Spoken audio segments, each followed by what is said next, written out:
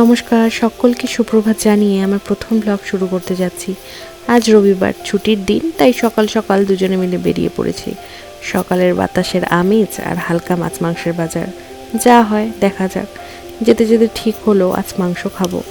বাড়ির কাছেই যাচ্ছি, তাই আজ আর হেলমেট পরি। এরপর মাংস নেওয়া হয়ে গেলে ভাবলাম একটু চা খেতে যাই, তাই নিজের পছন্দের দুটো বিস্কিট আর এক কাপ চা নিয়ে নিলাম। আজ ঘুম থেকে উঠতে অনেকটাই লেট হয়, আর ব্রেকফাস্টের ঝামেলা নিইনি, ডাইরেক্ট লাঞ্চেই যাব। গরম গরম মাংসের ঝোল ভাত খাবো। এরপর বাড়িতে এসে মাংসগুলোকে ভালো করে 4-5 বার ধুয়ে নিলাম। যতক্ষণ না মাংস ধুতে ধুতে সাদা হয়ে যাচ্ছে ততক্ষণ যেন আমার শান্তিই হবে না। এরপর মাংসের জন্য 3টে পেঁয়াজ, 2টো টমেটো, কাঁচা লঙ্কা, রসুন, আদা, আলু এসব সব কিছুই রেডি করে বরকে বললাম, তুমি একটু কেটে দাও তো। এরপর সামান্য পরিমাণে পেঁয়াজ কুচোনো, আদা এবং কাঁচা লঙ্কাকে মিক্সিতে পেস্ট করে নিলাম। পর মাংসটাকে ভালোভাবে ম্যারিনেট করব, তার জন্য দিলাম হলুদ, লবণ, সামান্য পেঁয়াজ কুচোনো, একটু সর্ষের তেল আর মিক্সিতে পেস্ট করা সেই মশলাটা। এরপর দিলাম বাড়িতে বানানো সে ভাজা মশলার গুঁড়ো।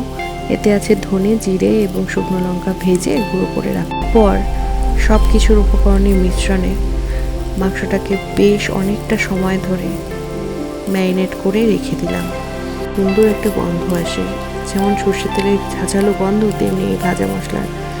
বর্ত বলছে এক্ষুনি তাও একটু চেখে দেখি। এরপর আলুগুলোকে আস্তে আস্তে ভেজে নিলাম লাল লাল করে। কিছুটা সময় ধরে ভাজতে ভাজতে মনে হলো 2-1টা আলু তুলে খেলে কিন্তু মন্দ হয় না, তো একটা আলু খেয়ে নিলাম, বরকেও একটা দিলাম। এরপর আলুর সঙ্গে পেঁয়াজ এবং টমেটোকে দিয়ে দিলাম। যতক্ষণ না টমেটো গলে যাচ্ছে এবং পেঁয়াজ লাল হয়ে আসছে, দিকে গাছের জন্য চাল ধোয়া জলটা যে রেখেছিলাম সেটাও দিয়ে এলাম। দেখছি পেঁয়াজ আর টমেটোটা প্রায় ভাজা ভাজা হয়ে গেছে। এবার মনে হচ্ছে মাংসটা দিতে হবে।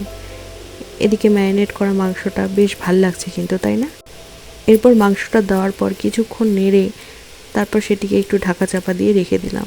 ঢাকা চাপা দিয়ে বেশ কিছুক্ষণ সময় রাখতে হবে, যাতে এই মাংস, পেঁয়াজ, যা যা মশলা আছে সেখান থেকে যতটা জল বের হবে সেটা মাংসটা পুরো সোক করে নেবে এবং সেই রসেই মাংসটা কষানো হয়ে যাবে আস্তে আস্তে। এই সময় ওভেনের হিট হবে মিডিয়াম টু লো।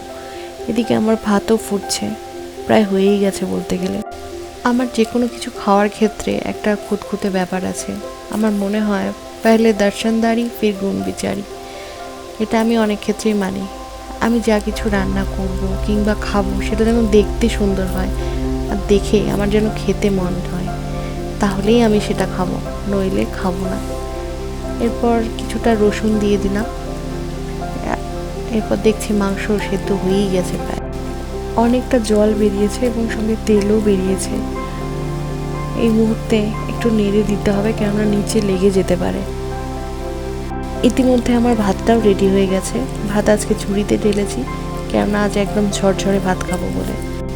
আর এই যে আমার কষানো মাংস রেডি। বর আগেই হাঁক দিয়েছে 2 পিস তুলে রাখবে, কিন্তু একটু ভাত দিয়ে খাবো। আমি বললাম যা বেশ, একটু টেস্ট করে বলো কেমন হয়েছে। ও বলতে চায় না, ক্যামেরার সামনে আসতে চায় না, বড্ড লাজুক, তাই একটু দেখালো অনিচ্ছা সত্ত্বেও। যাই, মাংস কষানো হয়ে গেছে। এবার পরিমাণ মতো গরম জল দিয়ে দিলাম। তোমরা গরম জল, ঠান্ডা জল দুটোই ইউজ করতে পারো, তবে গরম জল দিলে স্বাদ আরও দ্বিগুণ হয় বলে আমার মনে হয়। এই চিকেনের 1 পুকুর জল কিন্তু আমার ভালো লাগে না বাবু। হালকা ঝোল থাকবে, বেশ গাঢ় গাঢ় ঝোল, সেটাই ঠিক। তোমরা কি কেমন খাও একটু আমাকে কমেন্টসে জানিও। আর হ্যাঁ, শেষে নামানোর আগে হালকা গরম মশলা গুঁড়ো দিয়ে অবশ্যই নামিও কিন্তু। কখনো এভাবে ট্রাই করে দেখো, বেশ ভালো লাগবে খেতে। আমার হাজব্যান্ডের তো অনেক বেশি পছন্দ এই রেসিপিটা। গরম ভাত কিংবা রুটি কিংবা লুচি, যার সাথেই তোমরা খাও না কেন, দুর্দান্ত লাগে খেতে। একবার ট্রাই করো, আর ট্রাই করলে অবশ্যই আমাকে জানিও কিন্তু। এই দেখো প্ল্যাটার সাজিয়ে নিয়েছি শর্টস ভিডিও বানাবো বলে। কি তোমাদেরও কি দেখে খেতে ইচ্ছে করছে? একবার ট্রাই করো, কথা দিচ্ছি ভুলতে পারবে না। আর কালারটা দেখো, দারুণ এসেছে, দুর্দান্ত লাগছে। এই মাংস অনেকটাই স্পাইসি আর ঝাল হয়, আর যারা ঝাল পছন্দ করো না কিংবা কম ঝাল খাও, তারা নিজের পরিমাণ মতো সেই বুঝেই ঝাল দেবে।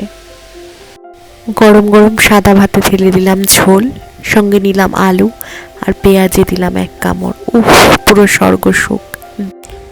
এরপর সন্ধ্যেতে একটু বেরিয়েছিলাম। দেখো চারিদিকের কি অবস্থা, কুয়াশায় কিছুই দেখা যাচ্ছে না, সব ছেয়ে গেছে।